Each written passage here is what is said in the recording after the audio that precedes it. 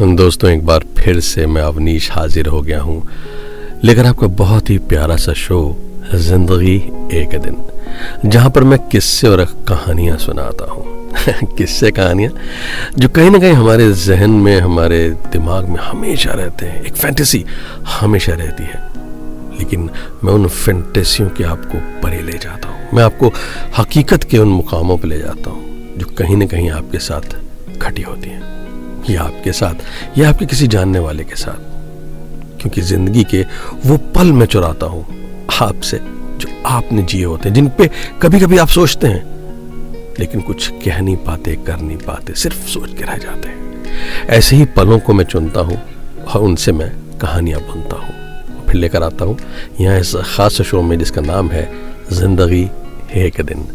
आज की भी कहानी ऐसी ही बहुत ही खूबसूरत कहानी है। वो मेरी अभी रिसेंट इंडिया की यात्रा पे है, जब मैं बनारस गया था। कहानी क्या है वो बताऊंगा। आज की इस छोटी सी कहानी का टाइटल है, यानी कि नाम है लॉन्ग स्टोरी। आइए कहानी सुनते हैं। आपको ले चलता हूँ बनारस की गलियों में, जहां मैं इस बार गया था अपनी इंडिया ट्रिप पर। तो इस ट्रिप पर जब मैं गया तो किसी ने एक होटल रिकमेंड किया था। मैंने उसको बुक कर लिया, एयरपोर्ट पे उतरा, वहाँ से कैब ली, शहर की भीड़ भाड़ और ट्रैफिक से निकलकर तंग गलियों से होता हुआ अचानक गंगा नदी के बिल्कुल तट पर आ गया। यहाँ से होटल तक का पूरा रास्ता बिल्कुल खाली था। एक तरफ गंगा नदी बह रही थी और एक तरफ होटलों की कतारें। मैंने होटल में चेक इन किया, बेल बॉय ने मेरा सामान उठाया। रिसेप्शनिस्ट ने बोला, जैक, रूम नंबर 403। जैक बोला हाँ, और सामान लेकर लिफ्ट की तरफ चल दिया। मैं भी लिफ्ट में चढ़ गया तो देखा कि उसने जैकेशन नाम की नेम प्लेट पहन रखी है। मैं मन ही मन मुस्कुराया, तो शायद उसने भांप लिया। वो भी मुस्कुराया और बोला, दे कॉलिंग मी जैक, पर हमारा असली नाम जैकेशन है। लॉन्ग कहानी सर, वेरी लॉन्ग स्टोरी। खैर, उसने सामान रूम में रखा, सलाम ठोका।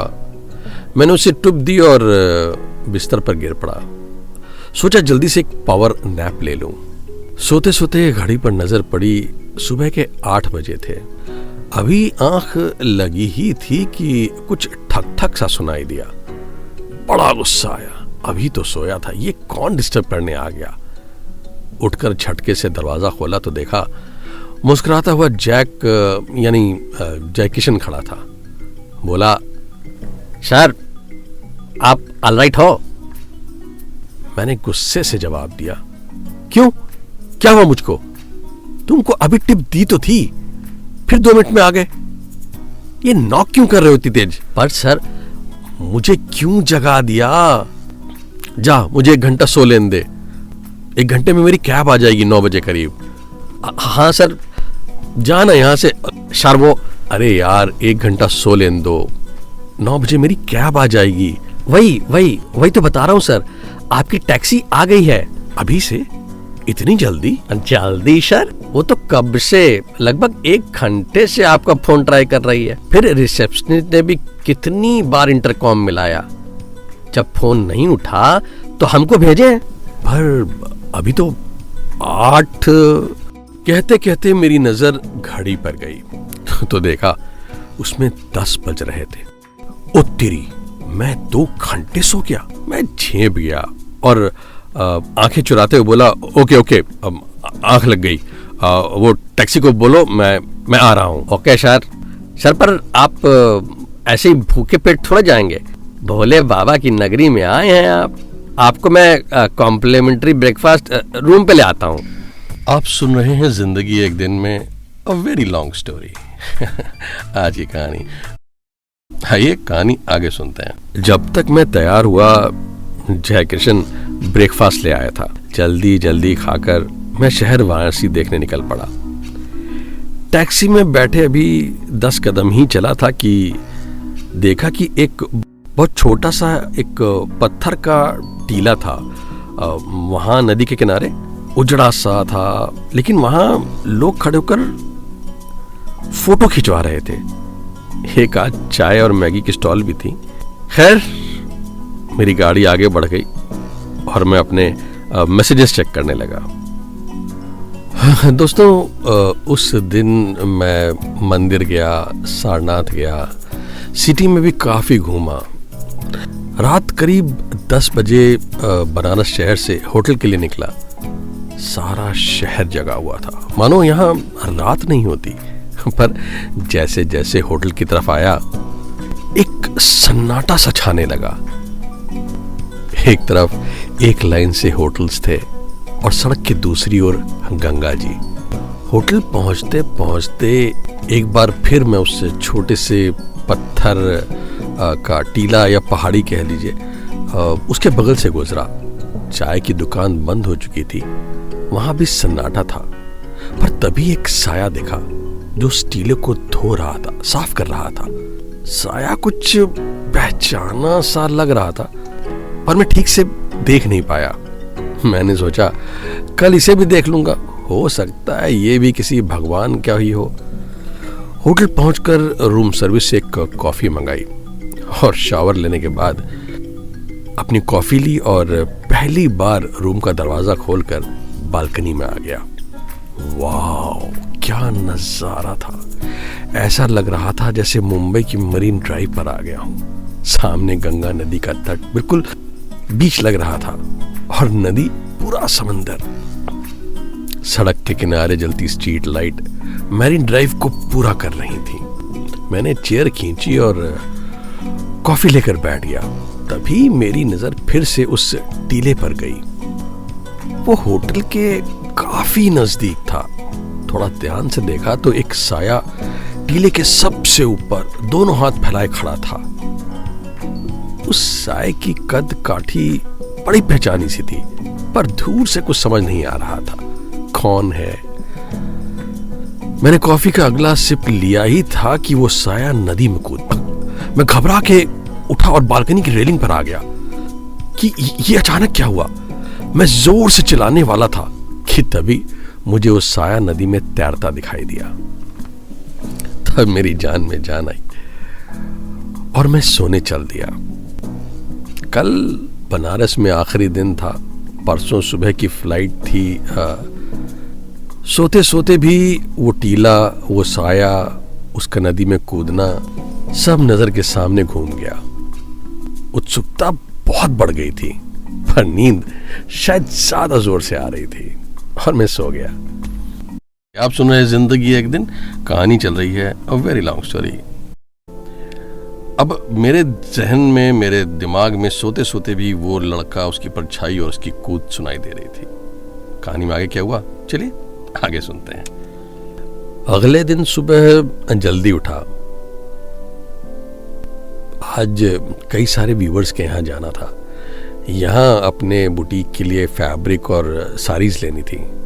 मैंने तैयार होते होते लाइट ब्रेकफास्ट ऑर्डर कर दिया और उसे खा के लिफ्ट से लॉबी के लिए बटन दबा दिया। जैसे ही लिफ्ट से मैं उतरने लगा, जयकिशन किसी का सामान लेकर चढ़ने लगा। मैंने जयकिशन से अभी पूछा ही था कि जयकिशन वो जो टीला है, कल कोई उससे कूद गया था, वो क्या है? अभी मैं पूछ ही रहा था कि मेरे फोन की बेल बजने लगी। जयकिशन बोला, सर लॉन्ग स्टोरी। उसके चेहरे पर एक अलग सी चमक आ गई थी, पर मैं जल्दी में था। फोन को रिसीव करके मैं बोला, चलो शाम को सुनता हूँ पूरी स्टोरी, अभी मैं जल्दी में हूँ। उसका चमकता चेहरा एक सेकंड के लिए उदास हो गया, लेकिन फिर वो मुस्कुराकर बोला, हैव अ गुड दिन sir, have a good day. फिर मैं जब कैब में बैठा तो उस टीले के बगल से निकला। सोचा रुकूं, पर काफी काम था तो आगे चला गया।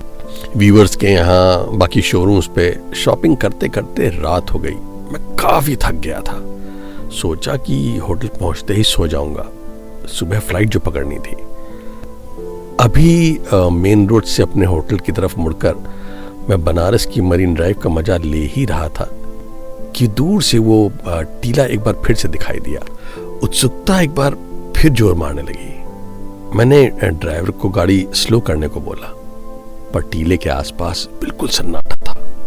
मैंने रुकना सेफ नहीं समझा और मन ही मन सोचा कि सुबह चलते चलते 5 मिनट रुक कर देख लूंगा।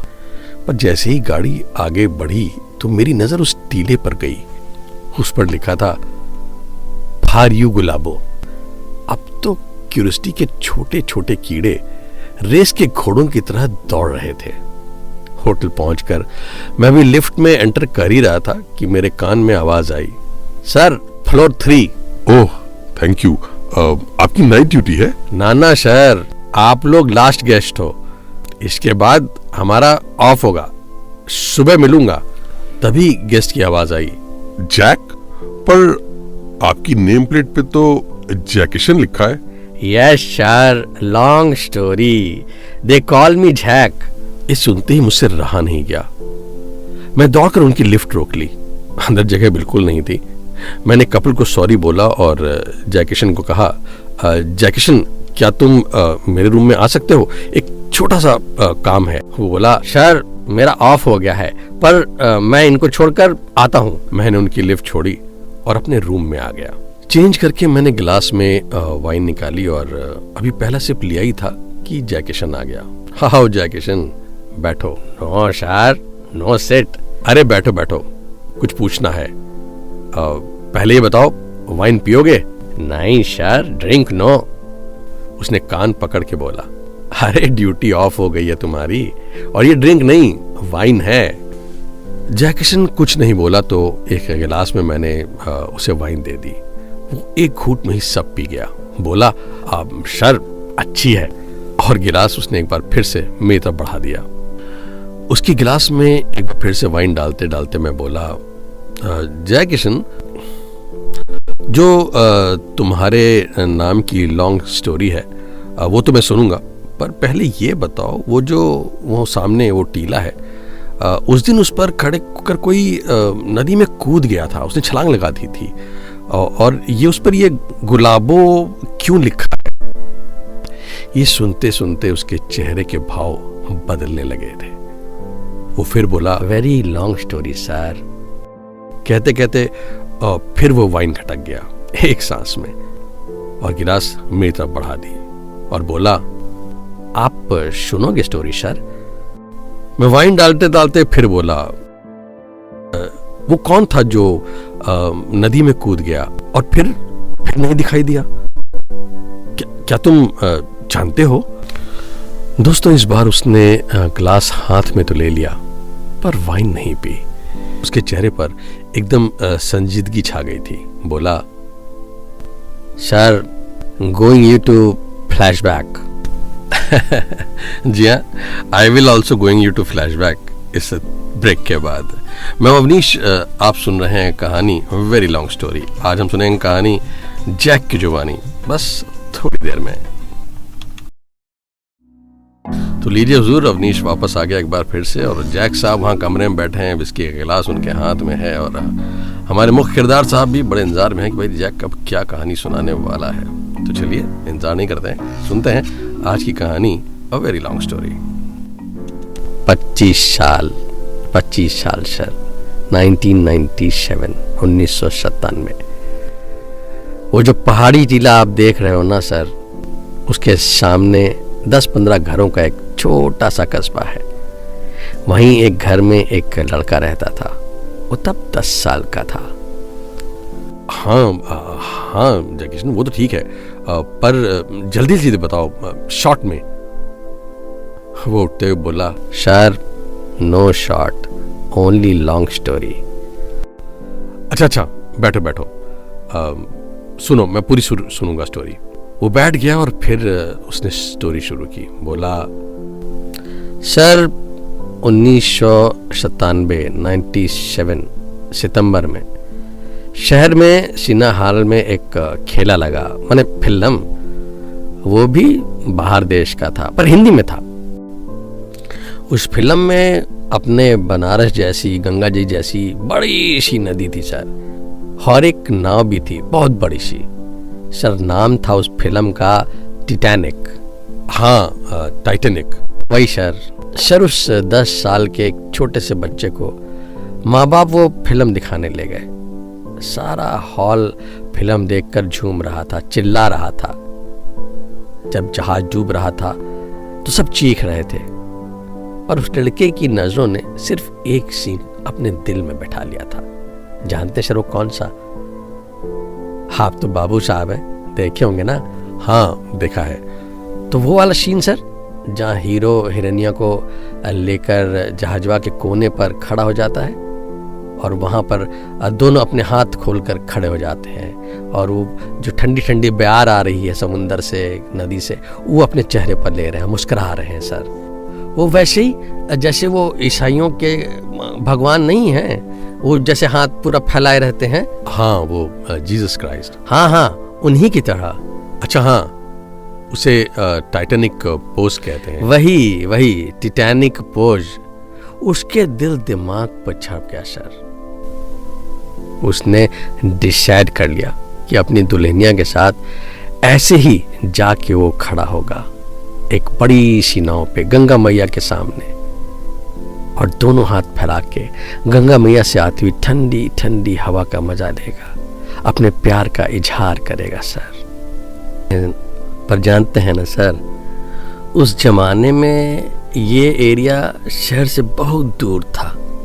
यहाँ से 4-5 कोस पैदल जाना पड़ता था, फिर कोई गाड़ी मिल जाए तो शहर पहुंचते थे। सारे घाट भी उधर ही थे शहर की तरफ, इधर कोई नाव नहीं आती थी। उस दिन फिल्म से लौटकर घर में घुसते ही वो अपने बापू से बोला, एक नाव खरीद दो। काहे रे किसनिया? का करेगा नाव का? अपनी दुल्हनिया को बैठाऊंगा। का? कहकर उसका बापू हंसने लगा। चल पगलैट। वो लड़का रोज नदी के किनारे बैठ जाता कि कोई नाव बहती हुई उधर आ जाए शायद, पर ऐसा कुछ नहीं हुआ। फिर वहीं बैठे बैठे उसकी नजर उस टीले पर पड़ी। सर वो टीला ना, अगर नदी की तरफ से देखो तो बिल्कुल जहाज की तरह दिखता था। जैसा कि टाइटैनिक में वो डूबते वाला जहाज नहीं था, आगे से उठा हुआ, पीछे से बिल्कुल नदी में दबा हुआ। तो बस उस लड़के ने ठान लिया और रोज उस टीले पर चढ़ जाता और सबसे ऊपर जाकर हथौड़ी से पत्थर तोड़कर एक खड़े होने की जगह बनाने लगा, बिल्कुल वैसी जैसे टाइटैनिक में थी। समय बीतता गया, इसी बीच बापू ने उसकी शादी तय कर दी। तब जानते हैं ना सर, शादी बचपन में तय हो जाती थी। वो लड़का 16 साल का हो चला था और जिससे शादी तय हुई थी वो 14 की थी। नाम था गुल। वो लड़का बहुत खुश था आज कि अब उसके पास उसकी दुल्हनिया है और वो उसको उस नाव पर ले जाकर वो अपने प्यार का इजहार करेगा, उसको वहां ऊपर बैठाएगा। गुल और वो लड़का दोनों आसपास ही रहते थे, इसलिए रोज टकरा जाते थे, पर लाज शर्म के मारे दोनों में बात नहीं हो पाती थी। दिन बीतते जा रहे थे और दोनों एक दूसरे को पसंद करने लगे थे, चाहने लगे थे। धीरे धीरे उस लड़के ने उस पत्थर के टीले पर ऊपर खड़े होने की एक जगह बना ली थी, बिल्कुल वैसी जैसी टाइटैनिक में थी। और फिर एक सफेद चौक से उसने बड़ा बड़ा लिखा टाइटैनिक। और वहीं जहां से चढ़ने की जगह बनाई थी वहां एक नुकीले पत्थर से रगड़ रगड़ कर उसने कुछ लिख डाला। फिर साहब उसने तय किया कि जब चांद पूरा खिला होगा तब वो गुल को यहाँ लाएगा। शुक्र की सुबह वो गुल का इंतजार करने लगा साहब। जैसे ही वो दिखी उसने इशारे से अपने पास बुलाया और बोला, गुलाबो। वो शर्मा गई। यूं तो वो रोज मिल लेते थे, पर आज बात कुछ और लग रही थी। वो आगे बोला, सुन, आज रात वहाँ नदी के किनारे आ जाइयो। काहे? अरे विश्वास नहीं का हमारे ऊपर करत हैं? तो फिर आ जाइयो ना, ठीक है? इंतजार कर बे। तो क्या उस लड़के का इंतजार खत्म होगा? क्या गुल वहां पर आएगी? सुनने के लिए बने रहिए। So once again welcome back to जिंदगी एक दिन। मैं हूं आपका दोस्त होस्ट और कहानी चल रही है वेरी लॉन्ग स्टोरी। चलिए कहानी को आगे बढ़ाते हैं। वो लड़का उससे बोला, सुन, आज रात वहाँ नदी के किनारे आ जाइयो। काहे? अरे विश्वास नहीं का हमारे ऊपर करत हैं? तो फिर आ जाइयो ना, ठीक है? इंतजार कर बे। साहब फिर रात हो गई और वो लड़का वहीं खड़ा रहे। चांद पूरा चमक रहा था, गंगा नदी की लहरें काफी तेज थी, हवा भी काफी तेज थी और वो लहरें बार बार उस टीले से टकरा रही थी, मानो उसको धो रही हों, उसको तैयार कर रही थी गुल के लिए। तभी गुल वहां आ गई, बोली, सुनो, काहे को बुलाए हो? सुन, आंख बंद कर। काहे? सवाल मत कर, बस आंख बंद कर। अच्छा अच्छा, ई लो, बंद कर ले। उस लड़के ने उसका हाथ पकड़ा और नदी की तरफ ले गया और उस टीले की तरफ मुंह करके बोला, सुन, अब आंख खोल। गुल ने अपनी आंख खोली तो देखा उसके सामने पानी का एक जहाज यानी बड़ी सी नाव खड़ी थी। उस पर लिखा था टाइटैनिक। ये देखते ही गुल की खुशी का ठिकाना नहीं रहा। हाय दैया, ये तो उस फिल्म की तरह है, वो जहाज टाइटैनिक। और क्या, हाय ना मस्त। ये तो पत्थर है, पहाड़ी। ये तो बिल्कुल वैसा दिखता है, महादेव की कसम। तुम काट के बनाए हो? हाँ री। ये कहता हुआ उसका हाथ खींचते हुए पत्थर के पीछे ले आता है और कहता है, ये देख, यहाँ क्या लिखा है। वो देखती है, वहां लिखा होता है, फॉर यू गुलाबो। गुल ये देखकर उसके गले लग जाती है। ये कितना प्यार करता है मुझे। अभी वो सोच ही रही थी कि वो लड़का उसका हाथ पकड़ के उसको पत्थर के ऊपर चढ़ाने लगता है। उसने उस पत्थर में छोटी छोटी सीढ़ियां बना रखी थी। धीरे धीरे दोनों बिल्कुल पत्थर के ऊपर पहुंच जाते हैं। वो लड़का गुल को कस के पकड़े हुए था। गंगा की लहरें पत्थर से बार बार टकराकर उनका स्वागत कर रही थी मानो। गुल ऊपर पहुंचकर वहां से गंगा जी का नजारा देखकर मंत्रमुग्ध हो जाती है।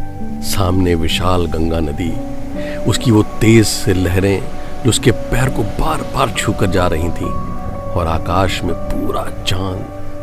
गुल को आज बहुत अच्छा लग रहा था। उसने ऐसा कुछ सोचा ही नहीं था कभी, और वो आज अपने आप को उस टाइटैनिक की हीरोइन से कम नहीं समझ रही थी। वो उस लड़के से बोली, ये सब मेरे लिए? इतने सालों से घर से सबसे छिप के तुम सिर्फ मेरे लिए ही जहाज बनाए हो, छोटा टाइटैनिक। इतना प्यार करते हो मुझसे? इससे भी कहीं ज्यादा गुलाबो। कहते कहते दोनों फिर नदी को, आती जाती लहरों को और चांद को देखने लगते हैं, और दोनों चेहरे पर पड़ती ठंडी ठंडी हवाओं में कहीं खो जाते हैं। गुल उस लड़के के आगे खड़ी होती है। दोनों वहां साक्षात उस दृश्य में और फिल्म के दृश्य की तरह बिल्कुल सब कुछ भूल जाते हैं कि वो कहाँ हैं। उनको लगता है कि वो टाइटैनिक के उस जहाज पर खड़े हैं। इसी सुध में पहले गुल अपनी बाहें फैलाती है और फिर वो लड़का अपनी बाहें खोल देता है। दोनों बिल्कुल टाइटैनिक पोज में खड़े हो जाते हैं और एक दूसरे के एहसास को महसूस करने लगते हैं। साहब, तभी एक बहुत तेज लहर आती है और गुल के पैर पर झटके से लगती है।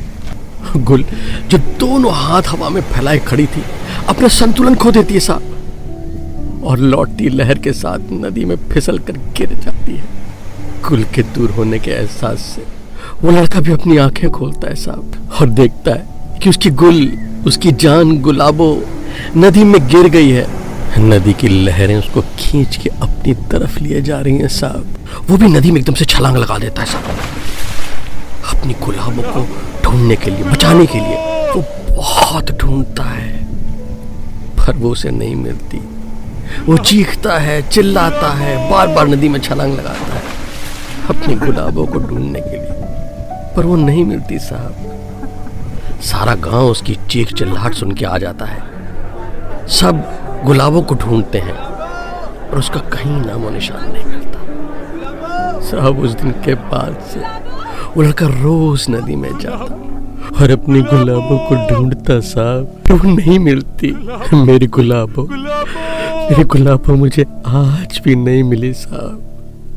हर शुक्र को उस टीले से छलांग लगाता हूँ, ढूंढता हूँ साहब, वो अभी तक नहीं मिली। पर साहब, मैं ढूंढता रहूंगा। मुझे पता है वो मिलेगी, वो एक दिन गुलाबो जरूर मिलेगी, देखना आप। उसकी कहानी सुनकर दोस्तों, पता नहीं कब मेरी आंखों से भी आंसू निकलने लगे थे। मैंने उठकर उसे गले लगाया और चुप कराते हुए बोला, रो मत जैक, तुझे तेरी रोज, मतलब गुलाबो, जरूर मिलेगी। पता नहीं ये असली लव स्टोरियां इतनी पेनफुल क्यों होती हैं। दोस्तों, अगली बार जब आप बनारस जाएं तो बाकी मंदिरों के साथ साथ प्रेम के इस मंदिर को भी एक बार जरूर देखिएगा। हो सकता है आपको वहां मतलब अपना जैकेशन मिल जाए अपनी रोज यानी गुलाबों के साथ। आपसे बोलने के लिए वेरी लॉन्ग स्टोरी सर।